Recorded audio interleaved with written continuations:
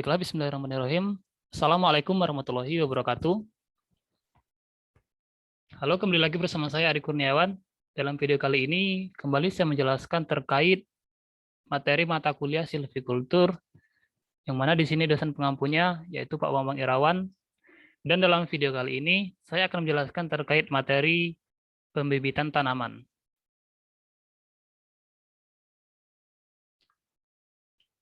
Oke, langsung saja kita masuk ke materinya. Apa itu pengertian persemaian atau yang dikenal dengan istilah internasionalnya sebagai nursery? Persemaian itu adalah tempat atau areal untuk kegiatan memproses benih atau bahan lain dari tanaman itu sendiri. Kan biasanya dalam proses penanaman itu ada namanya bibit. Nah, bibit di sini kita semai terlebih dahulu. Biasanya dari persemaian ini akan menjadi bibit atau semai yang biasanya siap ditanam di lapangan. Persemaian ini juga memiliki pengertian yang sama dengan kegiatan pembibitan. Nah, biasanya kan dalam proses persemaian, kita akan ditanam ke tempat media tanah yang lebih subur, biasanya lebih banyak kandungan organiknya, supaya tumbuhnya itu lebih cepat.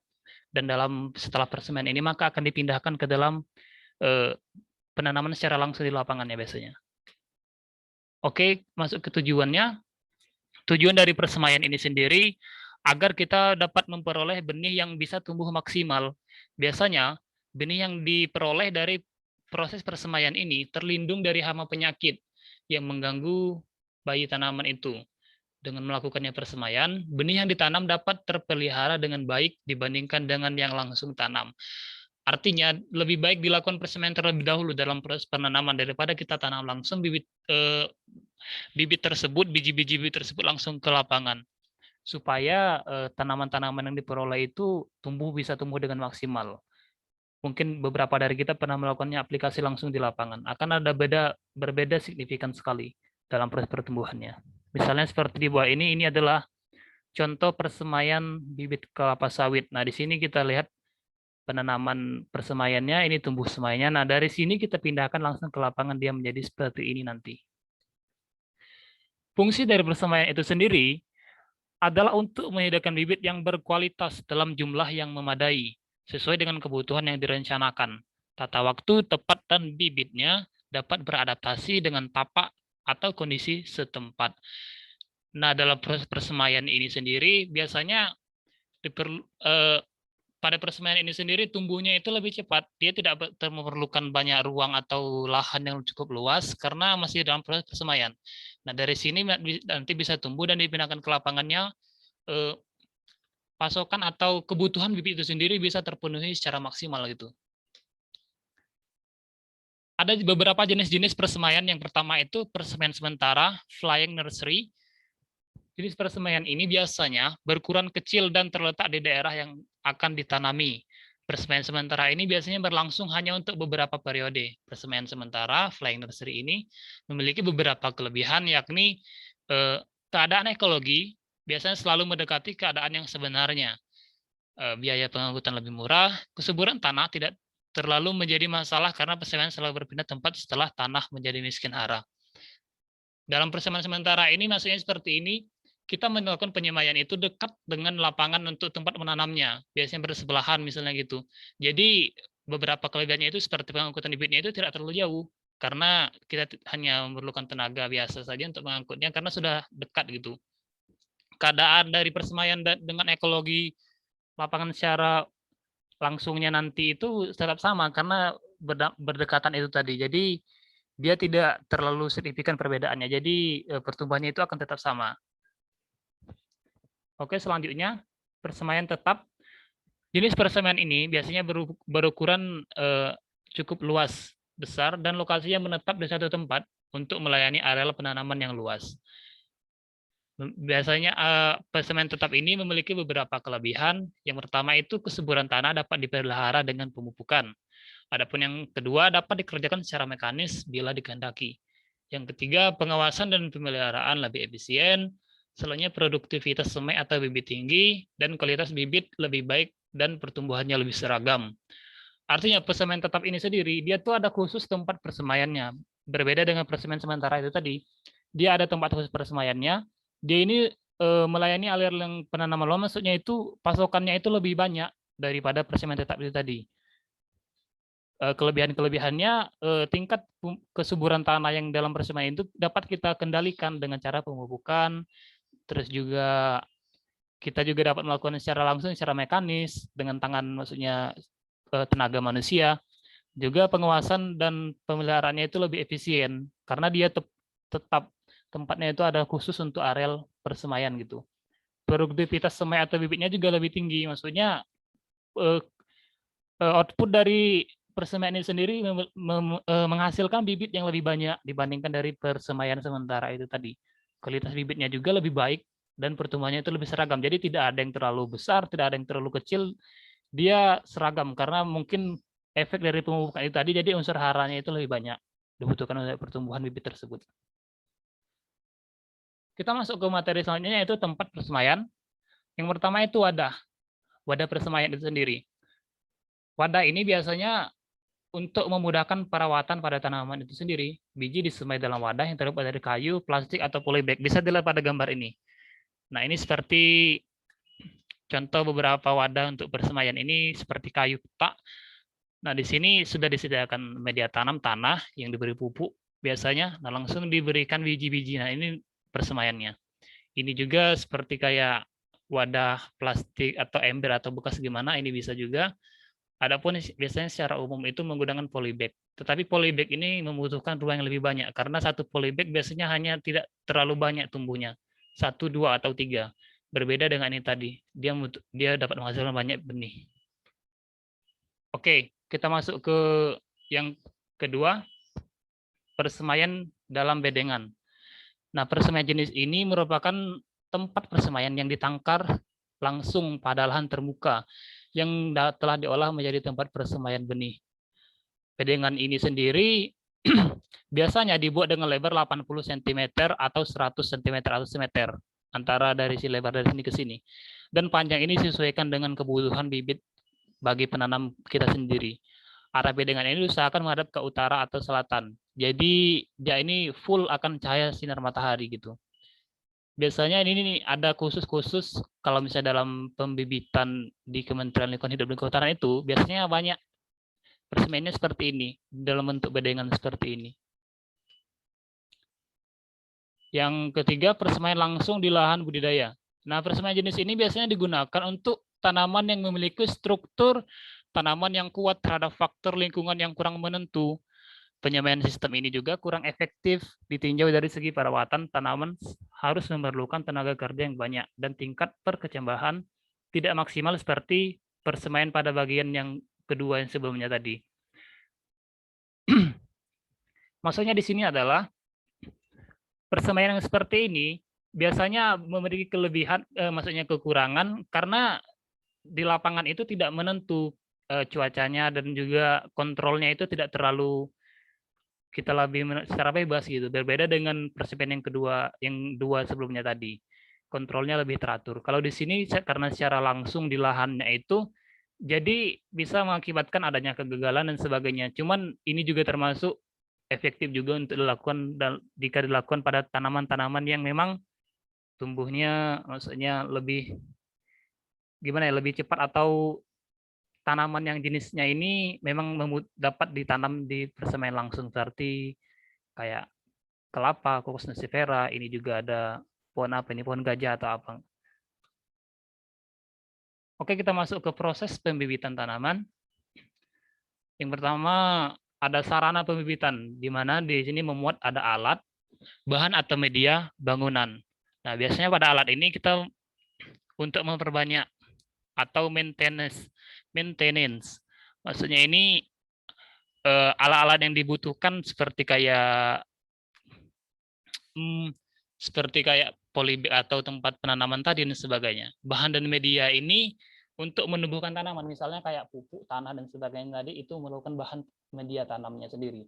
Bangunan ini seperti kayak laboratorium, kalau misalnya persemaiannya itu dilakukan di dalam ruangan, atau juga di greenhouse atau set house. Dan di greenhouse ini mungkin pernah kita lihat juga di persemaian itu ada semacam rumah tapi terbuat dari semacam kayak transparan gitu. Itu greenhouse. Set house juga pun demikian, hampir sama. Selanjutnya itu propagation atau perbanyakan. Perbanyakan ini ada dua macam. Yang pertama itu perbanyakan generatif dan perbanyakan vegetatif. Mungkin sudah pernah dilihat di video saya sebelumnya telah menjelaskan tentang perbanyakan secara generatif dan vegetatif. Di mana kalau dengan perbanyakan generatif ini, itu perbanyakannya secara seksual maksudnya. Sedangkan vegetatif itu aseksual. Mungkin bisa dipahami di video sebelumnya. Yang ketiga itu ada planting atau maintenance. Kita masuk yang pertama itu adalah alat. Alat dalam pembibitan tanaman itu ada alat pembibitan, ada hidroponik, aeroponik, kultur jaringan, dan irigasi tetes. Ini seperti UV plastik, mungkin ini jika kita kenal dengan istilah umumnya, mungkin ini sejenis mulsa. Mulsa ini untuk pembibitan itu sendiri. Biasanya ini berguna untuk menjaga tanaman dari hujan dan sinar matahari secara berlebih biasanya. Ada spesifikasinya, bisa lihat di sini, biasanya tebalnya 100 sampai 200 mikron, lebarnya juga 2,5 meter. Ada berbagai macam beragam, panjangnya pun ada beragam juga. Warnanya biasanya putih transparan.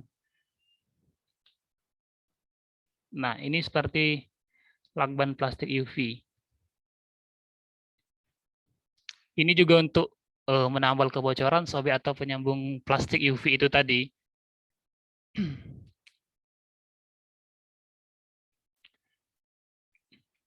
Ini spesifikasinya mengandung bahan UV sehingga kuat dan tahan terhadap sinar matahari dan lebih awet biasanya. Tersedia biasanya ada beragam macam ukuran 7, 10, sampai 14 cm. Ini ada klip plastik UV. Biasanya untuk pemasangan pada greenhouse. Supaya lebih kokoh biasanya plastik-plastiknya itu. Terbuat dari bahan aluminium biasanya. Panjangnya sekitar 2 meter. Terbuat dari kawat biasanya di sini. Kawat dan aluminium. Ini shading net. Ini seperti apa ya? Jaring, seperti mungkin jaring untuk mengelilingi pembibitan itu sendiri supaya terhindar dari serangan-serangan binatang dan sebagainya mungkin. Biasanya ini untuk naungan juga digunakan, naungan tanaman hias, sayuran anggrek, terus tanaman buah hingga tanaman keras. Biar supaya kalau misalnya dia terkena terpaan hujan, jatuhnya hujan itu teratur sehingga tidak mengakibatkan kerusakan pada tanaman. Itu. Yang kedua itu ada yang selanjutnya maksudnya ada naungan insect protect. Nah, ini juga untuk mengatur intensitas cahaya yang masuk pada tanaman itu sendiri juga. Bisa sebagai naungan atau juga bisa melindungi tanaman tersebut dari serangan serangga itu sendiri. Ini ada tali paralnet, tali net. Ini untuk mengikat atau scarnet pada konstruksi. Spesifikasinya ini biasanya lebih kuat dan tahan terhadap sinar matahari sehingga dia tidak cepat rapuh. Selanjutnya ada plastik UV atau band. Aplikasi ini untuk penahan plastik UV itu sendiri sehingga tidak banyak bergerak. Sehingga jika diterpa oleh angin atau badai, dia tidak roboh atau tidak terlepas plastik UV-nya itu dari media tanah itu sendiri. Ini ada perangkap serangga, ada pot tray. Nah, pot tray ini biasanya untuk pembibitan juga bisa digunakan, persemaian. Di sini ditanam 1-2 biji biasanya juga di sini. Ini perangkap serangga ini supaya seperti serangga lalat, belalang dan sebagainya itu tidak dapat masuk ke tanaman. Tidak mengganggu tanaman itu sendiri. Ini ada pot.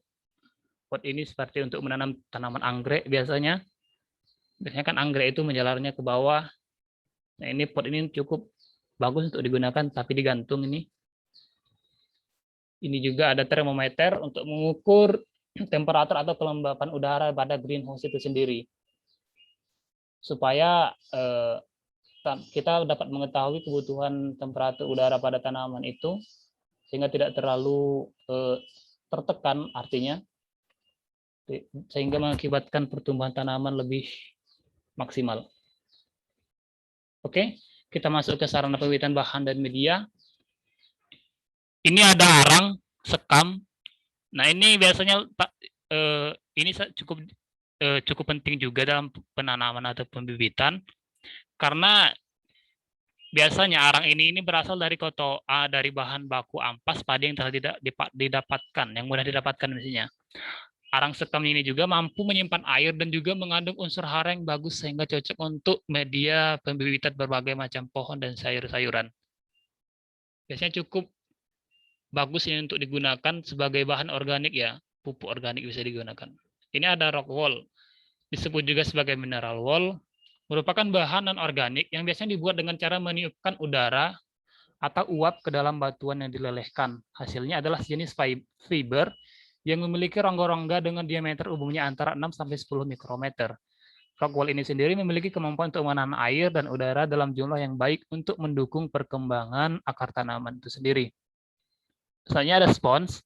Nah, spons ini biasanya mampu untuk menahan dan mengikat air. Juga untuk siklus udara pada tanaman itu juga cukup bagus. Spons ini juga bagus untuk media tanam. Misalnya mungkin pernah dulu kita di SMA pernah menerapkannya pada perkecambahan tanaman kecambah ya, kedelai atau apa. Mungkin kita pernah menerapkannya gitu. Nah, itu juga cukup bagus untuk pembibitan. Ini ada expanded clay.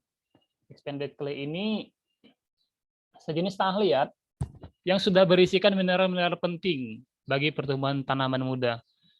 Biasanya sangat cocok untuk persemaian berbagai jenis tanaman. Mungkin cukup jarang kita lihat, cuman ini memang ada dan bagus untuk pertumbuhan tanaman. Sabut kelapa. Nah, sabut kelapa ini juga biasanya digunakan untuk persemaian biji tanaman. Biasanya mungkin kita pernah mengaplikasikannya untuk tanaman-tanaman bunga. Mungkin ini cukup bagus itu. Ini ada pasir. Pasir di sini maksudnya bukan pasir dalam bangunan itu, tapi pasir yang biasanya sudah terbakar ya, terbakar oleh bekas pembakaran. Biasanya lebih bagus itu humus kayak gitu untuk pembenihan tanaman itu sendiri. Biasanya digunakan untuk pembinaan tanaman pantai dan juga pegunungan. Contohnya itu kayak kelapa dan kacang-kacangan misalnya. Ada kerikil. Nah, kerikil ini juga dapat digunakan dalam penanaman dalam rumah kita biasanya. Jika ingin menambah kesan keindahan interior rumah, tanaman yang dapat ditanam dengan media kerikil hanya ditanam yang tahan terhadap air dan kebutuhan airnya tinggi. Soalnya itu perlit. Perlit ini adalah kaca vulkanik yang biasanya memiliki kandungan air yang relatif tinggi, biasanya dibentuk oleh hidrasi obsidian, yang dimana cocok buat mempercepat pertumbuhan tanaman dari bijinya. Mungkin kalau aplikasi seperti kerikil, perlit ini kita cukup jarang atau mungkin bahkan belum pernah mencobanya. Tapi ini bagus juga untuk sebagai bahan referensi pengetahuan kita sendiri. Oke, lanjut. Sarana bangunannya itu ada laboratorium. Nah, laboratorium ini juga merupakan faktor yang penting dalam kultur jaringan. Kalau kita dalam menerapkannya perpanjangan tanaman secara kultur jaringan. Dikarenakan laboratorium ini adalah tempat untuk melakukannya kultur jaringan itu sendiri. Lokasi yang baik pada laboratorium itu sendiri adalah harus di lingkungan yang bersih, bebas polusi, dilengkapi dengan sarana dan prasarana utilities, gas, air, dan listrik yang memadai. Supaya pada pertumbuhan perpanjangan tanaman secara kultur jaringan itu sendiri dapat berjalan dengan lancar dan sesuai. Dalam kultur jaringan itu, pertumbuhan ekspalan diusahakan dalam lingkungan yang aseptik dan terkendali. Makanya setiap langkah dalam pelaksanaannya dilakukan di laboratorium. Laboratorium efektif ikut menentukan keberhasilan daripada kultur jaringan itu sendiri. Kegiatan dalam kultur jaringan itu dibagi menjadi 3 kelompok. Yang pertama itu persiapan, baik persiapan media, alat, dan bahan. Yang kedua isolasi dan penanaman. Yang ketiga inkubasi atau penyimpanan. Nah, bisa tadi gambar ini adalah contoh kegiatan kultur jaringan. Mungkin yang sering banyak di kultur jaringan kan itu kayak mulsa SP atau pisang. Nah, itu biasanya dimasukkan ke dalam seperti wadah ini. Dan nanti di laboratorium itu dia butuh prasarana utilities ini sendiri seperti gas, air, dan listrik untuk pertumbuhannya. Oke, lanjut kita masuk ke greenhouse. Nah, greenhouse ini adalah sebuah bangunan yang dibentuk untuk menghindari dan merawat tanaman terhadap segala macam perubahan cuaca. Greenhouse juga dikenal oleh masyarakat Indonesia sebagai rumah kaca. Nah, bisa dilihat di gambar ini ya contoh greenhouse.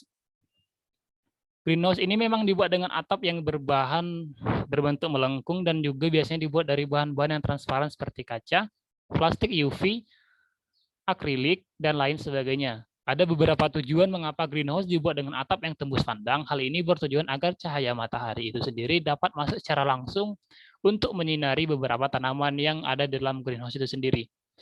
Nah, memang pada penerapannya greenhouse ini, rumah kaca ini sendiri cukup bagus, walaupun memiliki dampak-dampak yang kurang baik karena ini merupakan rumah kaca, cuma dalam hal pembibitan, persemaian, dia cukup bagus dikembangkan.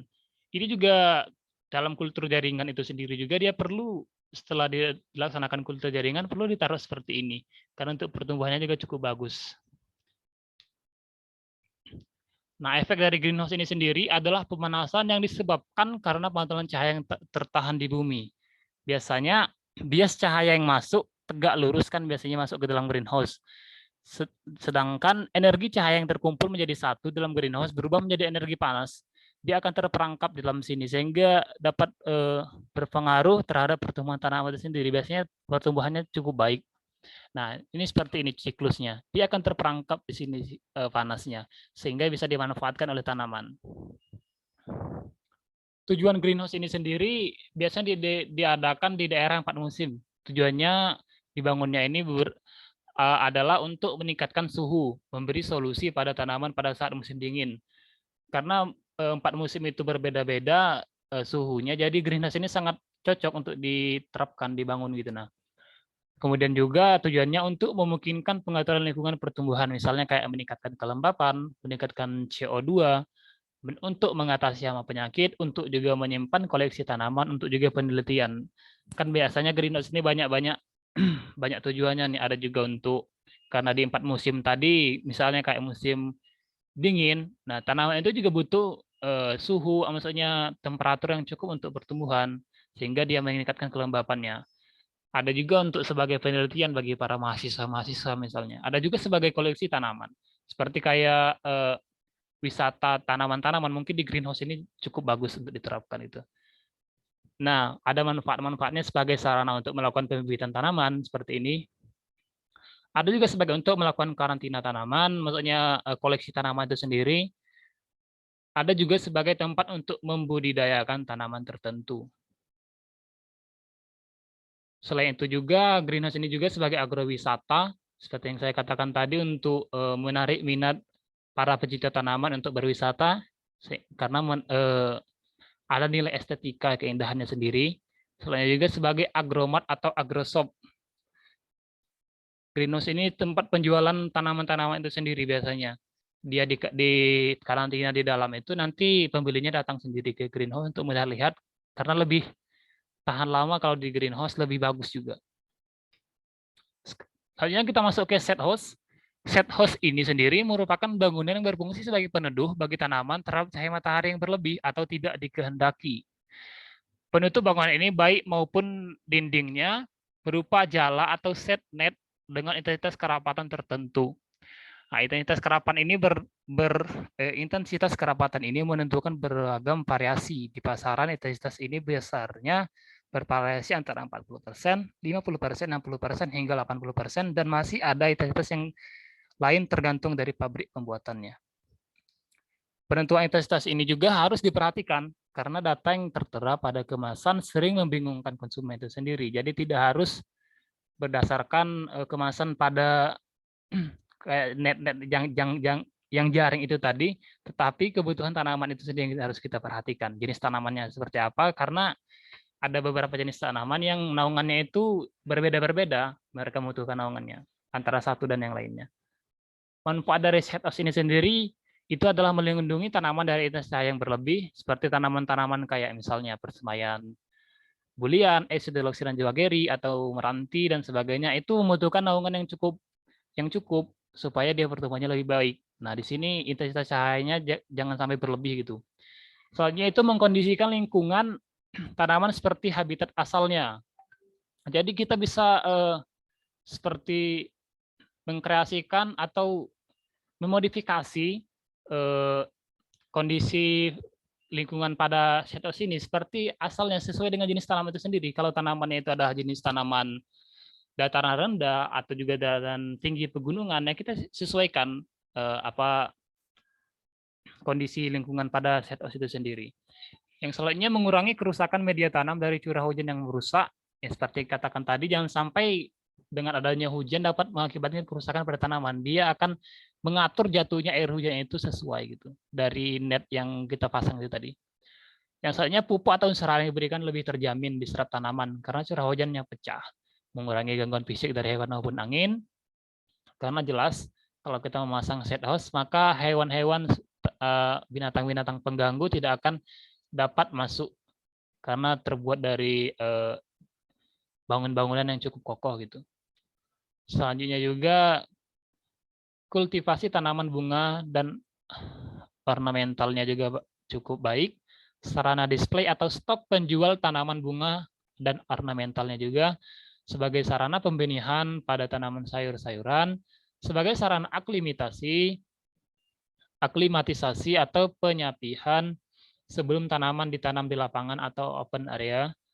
Yang terakhir ada sarana pembentukan akar pada pembuatan bibit tanaman di nursery atau pembibitan. Oke, mungkin cukup sekian materi yang dapat saya sampaikan. Mohon maaf jika ada banyak kesalahan dan segala kelebihannya itu hanya datang dari Allah Subhanahu wa taala semata. Saya Ari Kurniawan, semoga bermanfaat. Materi yang dapat saya sampaikan khususnya bagi saya diri pribadi. Saya akhiri, wassalamualaikum warahmatullahi wabarakatuh.